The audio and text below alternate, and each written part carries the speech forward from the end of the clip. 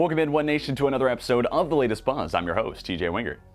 Today, we start by talking about history, as over the weekend, softball opened up conference play with doubleheaders against Eastern Mennonite and Bridgewater.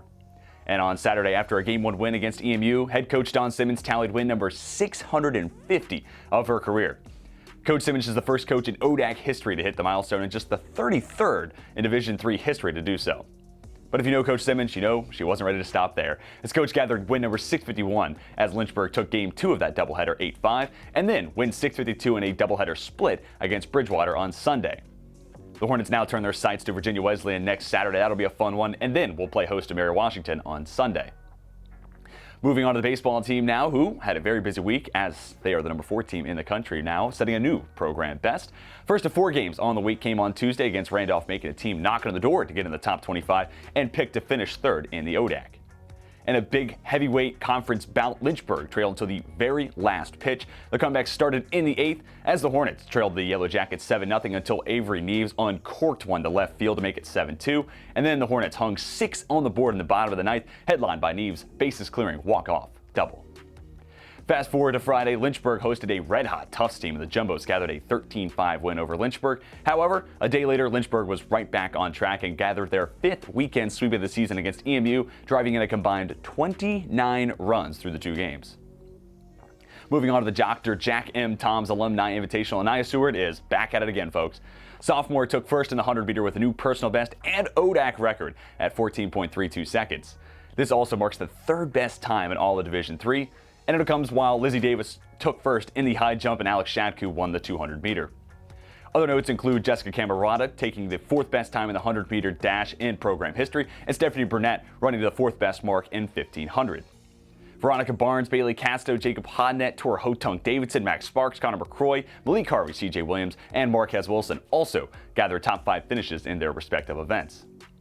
The men's lacrosse team suited up twice this week, beginning with number 3 Tufts coming to town on Tuesday night. And it was a tough night for Lynchburg, and the Jumbos certainly lived up to their national recognition, besting the Hornets 21-11. 4 days later, Lynchburg responded in a big way, tying a program best 28 goals in a single game and shattering the single game assist mark with 22 against Virginia Wesleyan. The 28-4 win saw Ryan Kenny and Charlie Evans score 5 times. Jack Rust had 4 of his own, in addition to Logan Lehman and Aiden Olmstead netting hat tricks. For the women's lacrosse squad, their week began in a rivalry game of non-conference variety this time round as Lynchburg hosted Roanoke on Thursday evening. The Hornets led most of the way, but with a late push, Roanoke was able to take the first of 2 meetings between the 2 squads. Then on Saturday, Lynchburg came up short against Meredith 10-4. And it was a big week for both tennis teams, starting with the women's squad playing host to Sweetbriar on Tuesday afternoon. Ultimately, the Hornets did fall short and suffer their first loss of the season. However, Lynchburg returned to form as both the men's and women's teams swept Mary Baldwin on Friday. And then at the end of the week, women's team hosted Methodist on Sunday afternoon, and thanks to number 3 Elizabeth Teefy winning her singles match in 3 sets, Lynchburg came away with the 5-4 win over the Monarchs and now sit at 11-1 on the season.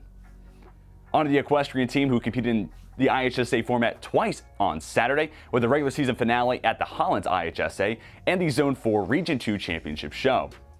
Freshman Dakota Banks stole the show, winning the region championship over limit fence to qualify for the IHSA Zone 4 championships.